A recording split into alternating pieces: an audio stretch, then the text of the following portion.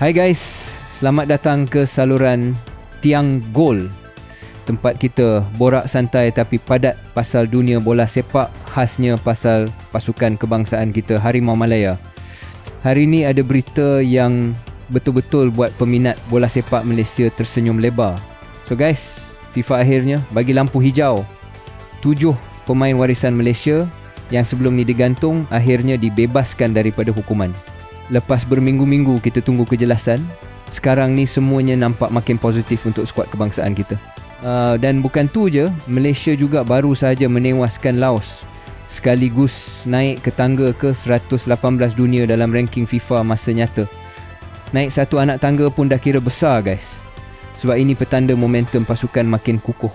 Kalau korang masih ingat, pada 26 September lepas, FAM dan 7 pemain warisan ni kena tindakan daripada FIFA disebabkan isu dokumen.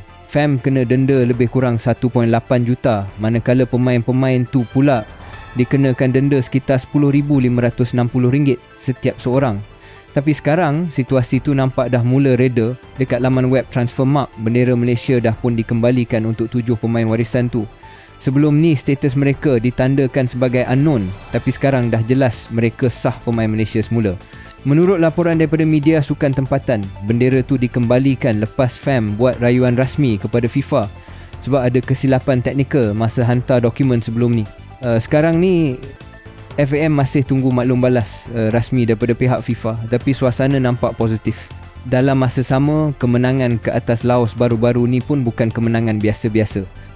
Walaupun Laos sempat mendahului pada separuh masa pertama, anak buah Kim Pan-gon berjaya bangkit semula pada babak kedua. 5 gol Malaysia datang daripada Faisal Halim, Romel Morales, Paulo Josue dan satu lagi hasil jaringan sendiri pihak lawan.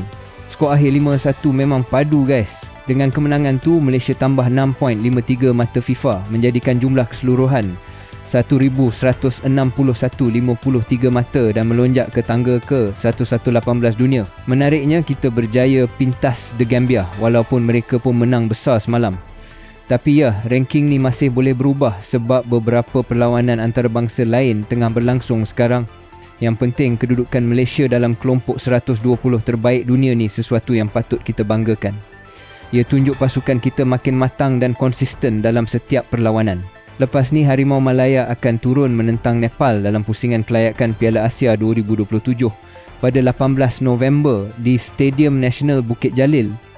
Harapnya skuad negara boleh terus kekalkan momentum ni. So guys, korang rasa macam mana dengan perkembangan ni?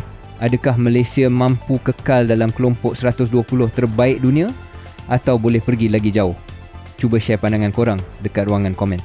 Dan kalau korang suka update macam ni, jangan lupa tekan butang like, komen dan subscribe saluran Tiang Gol. Jumpa lagi dalam video seterusnya. Bye.